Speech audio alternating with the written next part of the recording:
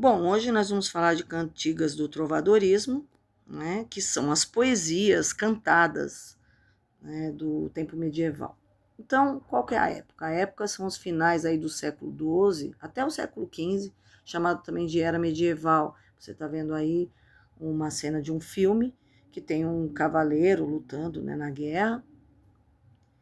E a sociedade da época, ela era composta porque a gente estava numa estrutura feudal, né, que tinha o dono do campo e ele tinha os vassalos, que eram os servos, os que trabalhavam para ele.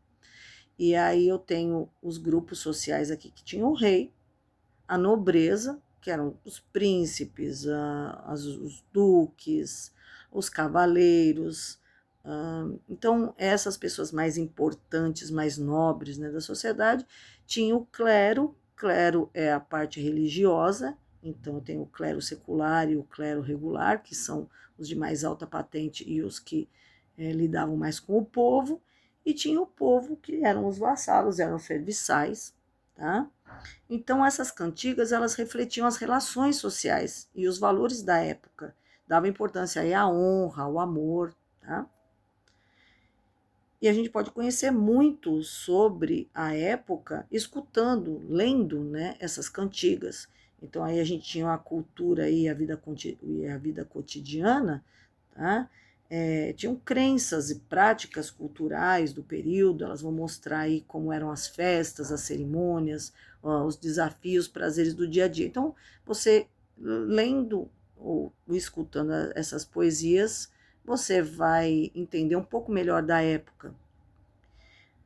A religião era a religião católica e ela desempenhava um papel aí central na vida medieval. Vocês viram lá que tinha o clero, né? Então tinha o Papa, né? Os bispos, todos esses já existiam. Então aí nós vamos ver que os poemas eles vão demonstrar essa espiritualidade, seja exaltando a devoção religiosa ou porque a pessoa tinha conflitos espirituais.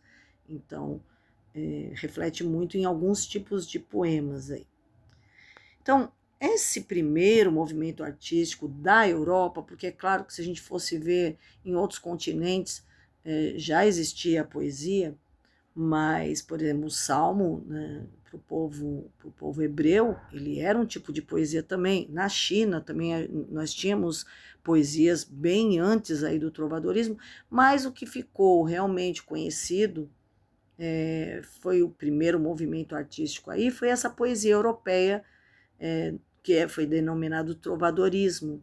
E eles foram escritos no idioma galego-português. Então, para quem não sabe, primeiro veio o latim, do latim foi se transformando aí numa outra língua, né? Foram acrescentadas palavras, modificadas outras palavras, e na época era o galego-português. Então, vocês vão ver as poesias com palavras muito diferentes das que a gente tem hoje em dia. E quem fazia poesia, né, quem compunha e cantavam, eram chamados de trovadores. E eles cantavam para a nobreza, aí que eu falei para vocês, que eram os reis, as rainhas, príncipes, duques, senhores feudais e também os cavaleiros, né? As cantigas, ou a gente também pode chamar de poesia cantada, elas tinham dois tipos, que eram as líricas e as satíricas. A palavra lírica, ela vem de lira, daquele instrumento musical, né, que parece uma harpa. Então eram as românticas, não porque só tocassem só naquele instrumento, mas porque elas eram românticas e foram conhecidas aí como líricas. Então eu tenho a cantiga de amor dentro das líricas e a cantiga de amigo. As duas falam de amor, mas a gente já vai ver a diferença entre as duas. E as satíricas, que eram as de escárnio e maldizer. Então, as cantigas líricas, né? Então, como eu falei, elas eram cantadas, por quê? Porque as poesias sempre, no começo, na era medieval e antes da era medieval até, como eu falei para vocês que tem alguns povos que já faziam poesia, as poesias elas eram faladas junto com os instrumentos musicais. Eles praticamente meio que cantavam aquelas poesias. Só depois é que foi modificado, então as poesias poderiam ser só escritas sem a parte musical. Então, aqui as cantigas líricas, né, que são as românticas, elas vão ter o eu lírico, que é o quê? É a voz do poema. Quando você tem um texto, quando você tem um romance, você vai ver que o autor, ele vai escrever, por exemplo, você vai ver aí, por exemplo, a história do Harry Potter, quem escreveu foi uma mulher, mas ela estava escrevendo a história de um menino. Então, no caso, se você escreve com a voz de um personagem que é um menino, então a voz é masculina. E se você escreve com a voz de uma menina ou de uma mulher, é o eu lírico feminino, tá? Então, por exemplo, aqui o autor é a pessoa real que escreve o poema, que pode ser um homem ou uma mulher. E o eu lírico é o personagem do poema, eu poderia assim chamar, né? Eles podem ou não ser a mesma pessoa. Então, por exemplo, eu posso escrever um poema falando da minha vida. Então, eu vou estar usando o meu próprio eu lírico, né? Que eu também é o autor, do autor. Então, aqui eu estou mostrando que um autor masculino, ele pode escrever com a voz de uma menina. Então, tá lá um homem escrevendo um texto, lá escrevendo um poema, ele está escrevendo lá, eu era apenas uma garota sonhadora. Então, quem ler o poema vai entender a história, escutar a história como se fosse uma menina falando, mas quem escreveu foi um homem, tá? Então, nesse caso, o autor é masculino e o eu lírico é feminino, é de uma mulher.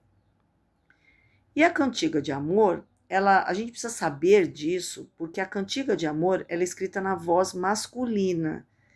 Claro, na época as mulheres não escreviam, então só os homens escreviam. Mas ele poderia escrever falando como um homem, ou poderia escrever como se fosse a mulher falando, tá? Então a cantiga de amor é a voz masculina. Isso é coisa que cai num vestibular, que cai no Enem, né? É sempre aquela pegadinha que eu já vou falar para vocês aqui. Então, o eu lírico é um homem, ele vai declarar seu amor para uma dama, ele vai ser provavelmente alguém de uma classe inferior, ele vai ser até, pode ser o servo, né? O serviçal aí dessa mulher. Essa mulher pode ser casada também, então é um amor impossível, e ele é muito apaixonado e é desprezado, então ele vai tentar ao máximo conquistar essa mulher, tá? Nesse amor impossível aí.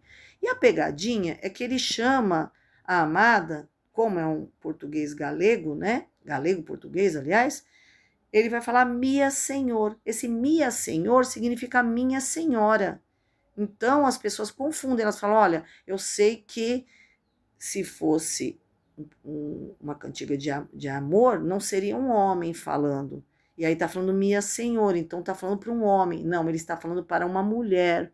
Ele está falando minha senhora. Então, muito cuidado com isso daí.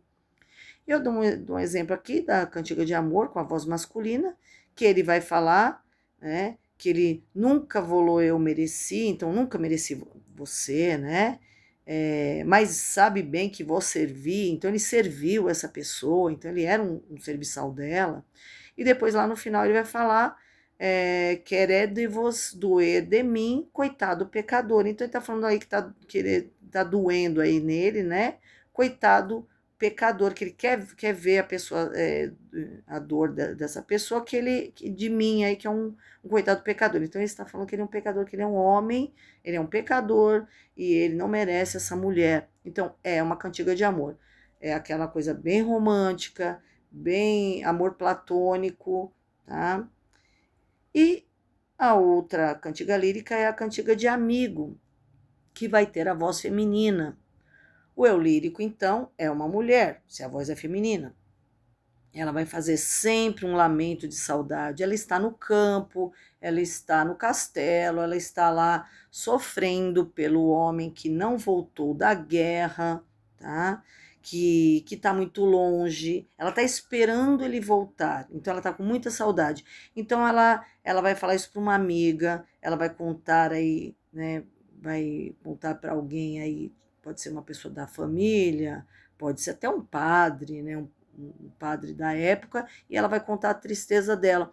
E ela fala do amado, ela chama ele de amigo. Ela não vai falar meu amor, meu amante, meu desejado. Ela vai sempre falar meu amigo, porque ela vai ser bem discreta, porque naquele tempo a mulher não podia falar esse tipo de coisa, né? Então, aqui tem um exemplo aqui de cantiga de amigo, com a voz feminina. Apesar de falar cantiga de amigo, é porque ela chama ele de amigo, tá? Mas ela tá falando de amor.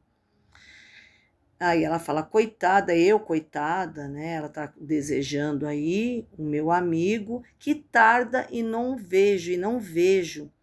Tá? Então ele tá demorando muito, ele tá tardando muito, esse amigo dela. E depois ela vai falar que ela sente falta, tal. E as cantigas satíricas, elas são exatamente o que a gente chamaria de bullying hoje em dia, né? Então até eu gostei de colocar esse quadrinho aí, que ele tem muito a ver, que tem o cara aí fazendo a cantiga de maldizer, tá apontando o dedo para ela, e tem a cantiga de escárnio, e na verdade ela joga o alaúde, né, que é como se fosse um violãozinho lá na cabeça dele, porque ele está fazendo aí um bullying com ela, né? Qual a diferença aí das duas? A cantiga de escárnio, a palavra escárnio significa zombar, rir, ou como as pessoas falam, zoar, né? Então ela vai ironizar, vai zombar de alguém, só que ela não vai dizer quem é. Ela nunca diz quem é, ela tá só fazendo aquela piada ali e ela não conta quem é. Às vezes, talvez lá na época as pessoas até soubessem quem era, né? Mas ele não vai falar. Então ele vai falar, ele tá chamando uma pessoa de feia, de uma mulher feia. Ele fala, ai, dona feia, né? Ele fala feia, mas é feia, tá? Então, foste vos queixar que ele nunca canta, nunca faz uma canção para ela, né? Devia ser uma mulher que falou, poxa, mas você nunca fez uma música para mim, você nunca fez uma cantiga para mim? Ele falou, olha, feia, você falou que eu nunca fiz uma canção e eu até queria fazer, né? Então eu vou realmente esse loarei cantarei, vou te enaltecer, vou cantar uma cantiga para você, né? E veja que eu quero cantar. Então ele vai cantar para ela, dona feia, velha e sandia, que significa louca. Então ele chama ela de feia, velha e louca, né? Então ele tá fazendo uma ironia aqui para essa mulher, né? E a cantiga de maldizer, ela vai falar diretamente o nome. Então, quando você vê, é maldizer, porque você vai dizer mal de alguém, vai falar mal de alguém específico, tá? Então, essa cantiga aponta diretamente aí o nome de quem ele quer atingir. E um vocabulário muito baixo, muito grosseiro, certo?